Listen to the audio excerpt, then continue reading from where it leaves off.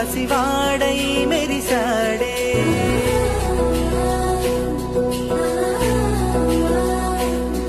మెరిసాడే మెరిసాడే పసివాడై మెరిసాడే. మురిసాడే మురిసాడే సరదాలో మునిగాడే. తనవారే వస్తుంటే అడుగింకా మరిచాడే. మనసంతా వెలుగేన ఇక చీకటెళ్ళింది తెల్లారి నవ్వుతోనే. 10 మంది ఉండగా ప్రతిరోజు పండగ.